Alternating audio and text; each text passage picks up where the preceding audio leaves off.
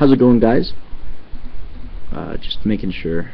Okay, so I'm really sorry I can't clean up my audio, but I did adjust the settings, so I should sound a whole lot better right now. I can't actually record my screen unless it's directly to YouTube like I am doing now. The issue is most of the screen recording software I get, it either doesn't work, it crashes or freezes my computer, and I've tried some of the best ones, you know, none that I pay for. You know, I'm just gonna do this for now, so bear with me. I can't edit anything, so it's gonna be a bit longer than just, you know, me being able to cut it together, but it's all I have for now, so just bear with me. Quick shout out, Infused Media, Infused spelled with a Z, all one word, YouTube user, the best photography Photoshop, Lightroom, and even After Effects used for photo manipulation I've ever seen. So if you have not gone to this guy's channel and seen it, go. He's got the best work you can see. I just gotta keep checking on this, make sure it's recording, because it keeps stopping on me.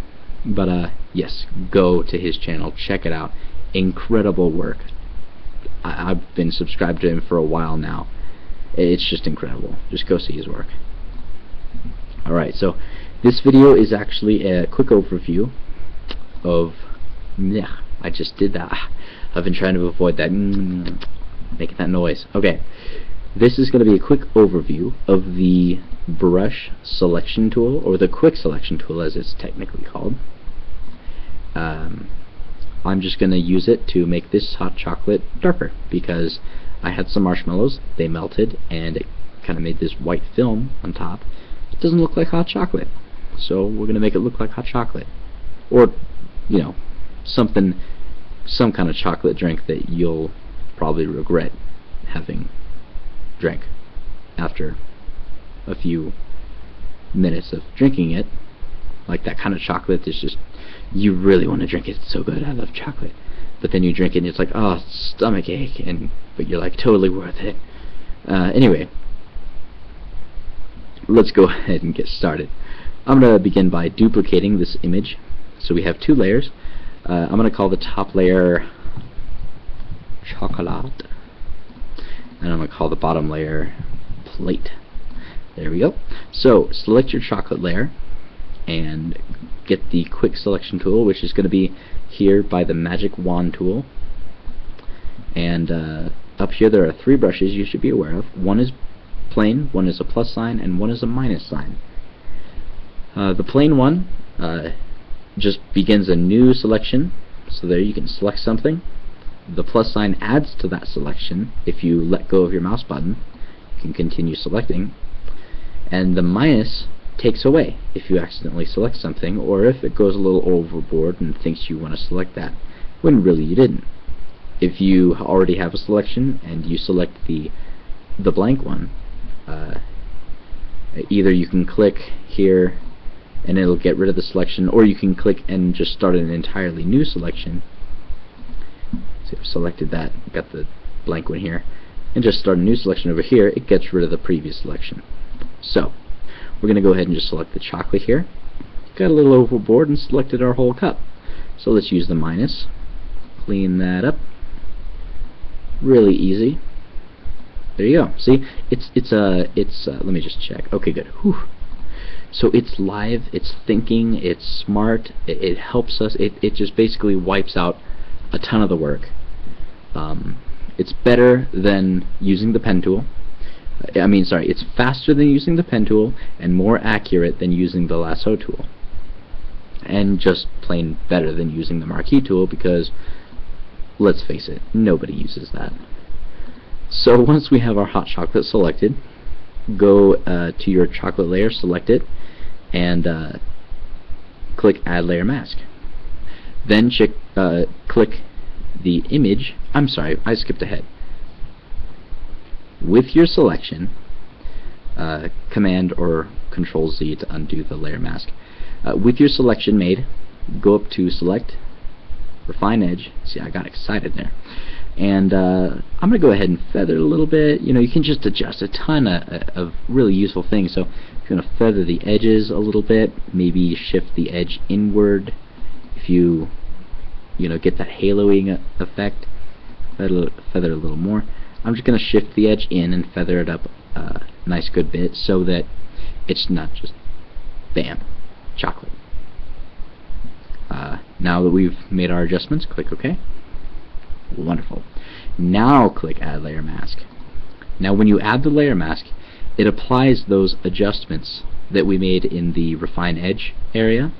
So if I deselect, or if I unview the plate and I zoom up on our chocolate layer here, you can see that it's fuzzy around the edges, and the edges are shifted in.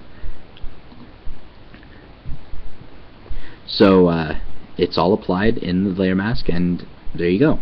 So now we can edit the chocolate layer, the image in the chocolate layer, not the layer mask. We don't need to touch that.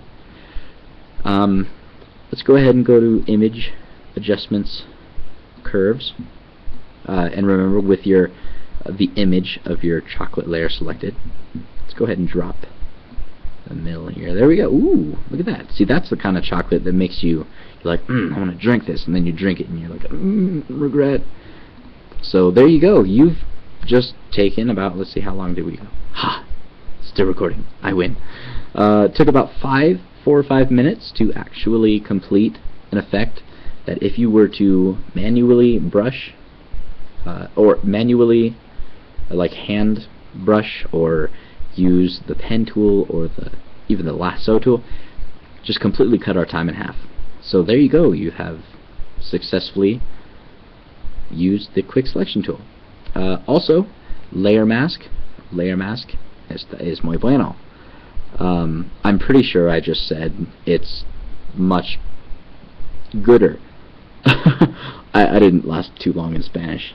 Anyway, you can even using the brush tool, you know, masks are black, white, and gray. You can maybe, if you got too much of that chocolate shown through, you can, oh, I should probably turn off brush effects, dynamic shape. Okay, there we go. So if you want to maybe, like, if there's this little dip here, let's go up to it. And yes, I know, spaghetti and hot chocolate, what was I thinking? Well, you know, it was delicious, so I don't care. Maybe if you shrunk the layer mask a little too far, you can just paint in a little white to get some of that back. You're painting on your layer mask, remember. Just kind of get some of that back. Or if you want to do kind of an interesting effect, you can paint that layer mask back in. And there you go. Create some interesting shadowy effects on the cup. Actually, I'm not too fond of what I just did. But you know what? Just, you know, I'm just demonstrating. Ew, it looks ugly now. Control Z. Z. There we go. That looks a little better.